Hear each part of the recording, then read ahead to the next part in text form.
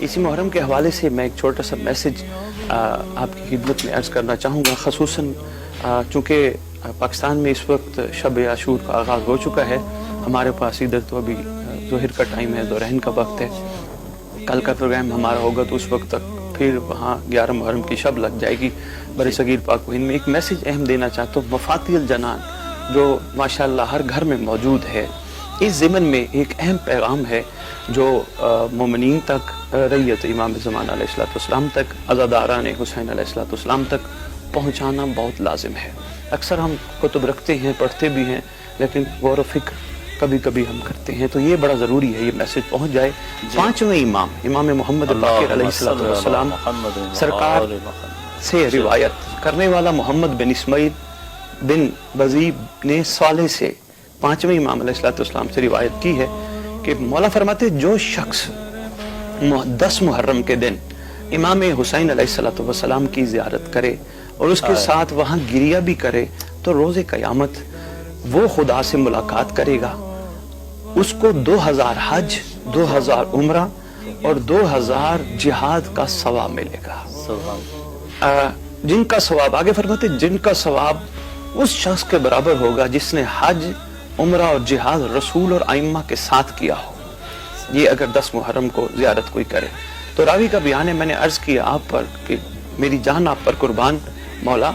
ایسے شخص کے لیے کیا ثواب اور اجر ہے جو کربلا سے بہت دور ہو، کہیں دور رہتا ہو، وہ نہ پہنچ سکے کربلا، ایسے شخص کے لیے کیا اجر، کیا ثواب یا کیا حکم ہے۔ معصوم فرماتے ہیں اگر کسی کا وہاں جانا ممکن نہ ہو تو اس صورت میں وہ شخص صحرا میں چلا جائے، نمبر 1، یا اپنے گھر کی چھت پہ چلا جائے، جو بلند چھت ہے، بلند مقام پہ چلا جائے، اور کربلا کی طرف اشارہ کر کے کہے سلام، سب سے پہلے وقت کے امام، السلام علیکہ یا ابا عبداللہ الحسین علیہ السلام، سرکار کو سلام کرے اور اس کے بعد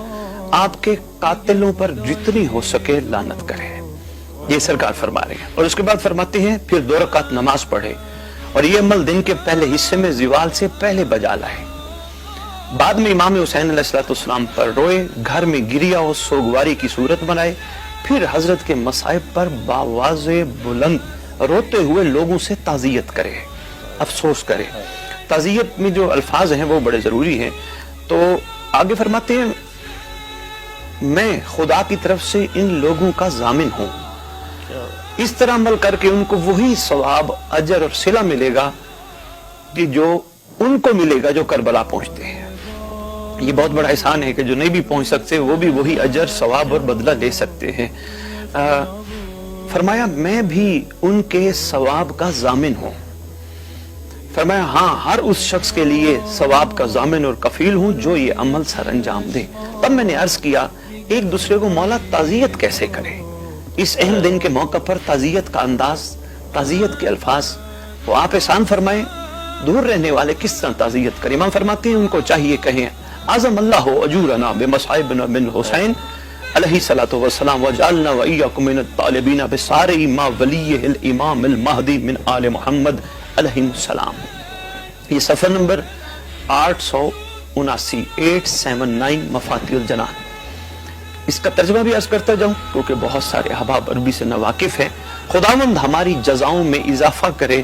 اس سوگواری پر جو ہم نے امام حسین علیہ السلام کے لیے کی، اور ہمیں اور تمہیں ان کے خون کا بدلہ لینے والے میں قرار دے، ان کے وارث امام مہدی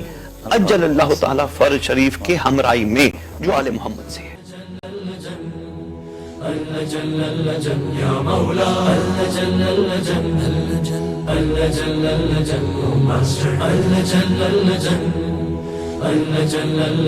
یا مولا